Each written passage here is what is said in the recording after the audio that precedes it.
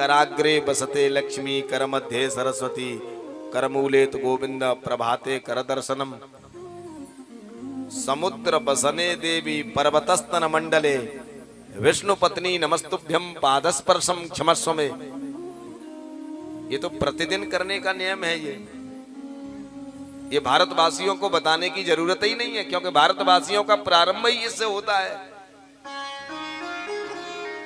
तो समुद्र क्या है? आप सुबह जागते हैं तो पैर धरती पर रखने से पहले क्या प्रार्थना करते हैं? पृथ्वी माता की, हे पृथ्वी माता पर्वतस्तन मंडले, ये बड़े बड़े जो सुंदर सुंदर पर्वत हैं ये तुम्हारे स्तन हैं। ये पर्वत क्या हैं? ये पृथ्वी माता के स्तन हैं। स्तनों की जो आकृति होती है वो पर्वत की चोटी की आकृति है। ये धरती माता के स्तन है ये पर्वत। और समुद्र बसने देवी, और समुद्र बसन माने वस्त्र, साड़ी। ये समुद्र क्या है इस धरती की? ये साड़ी है। माताओं से पूछ रहा हूं मैं, साड़ी की चौड़ाई ज्यादा होती है या लंबाई ज्यादा होती है? लंबाई। समुद्र की चौड़ाई ज्यादा है या लंबाई ज्यादा है? लंबाई है कि नहीं? तो समुद्र बसने, ये समुद्र बसन है, वस्त्र है, साड़ी है, धरती माता की साड़ी है ये समुद्र।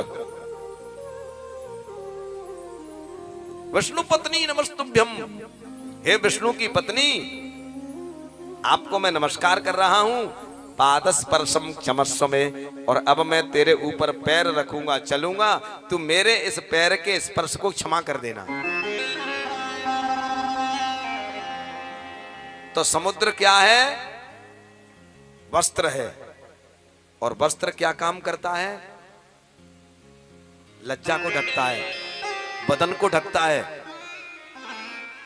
कोई पुरुष हो या स्त्री हो, कितने भी सुंदर हो, लेकिन वस्त्रों के बिना, तो ये वस्त्र क्या है? लज्जा को ढकता है, इज्जत को ढकता है, वस्त्र है। और वस्त्र के पास में क्या लिख रहे हैं यहां? वहां दूषित कर्म करने वाले लोग रहते हैं। जहां पर एक साड़ी है, एक वस्त्र है, समुद्र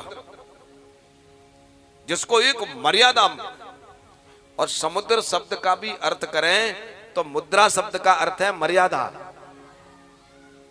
मुद्राएं तो ये भी है, सुमुखम संबटम आदि आदि मुद्राएं, लेकिन ये क्या? मुद्रा, मर्यादा। तया सह वर्तते इति समुद्र,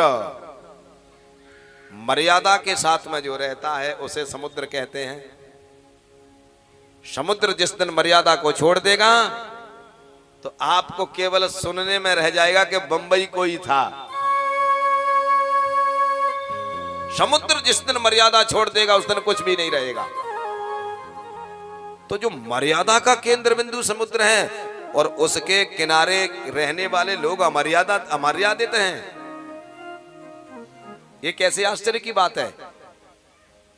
समुद्र जिसको मर्यादा का रूप दिया है, और समुद्र के किनारे लोग जो रह रहे हैं वो अमर्यादित लोग।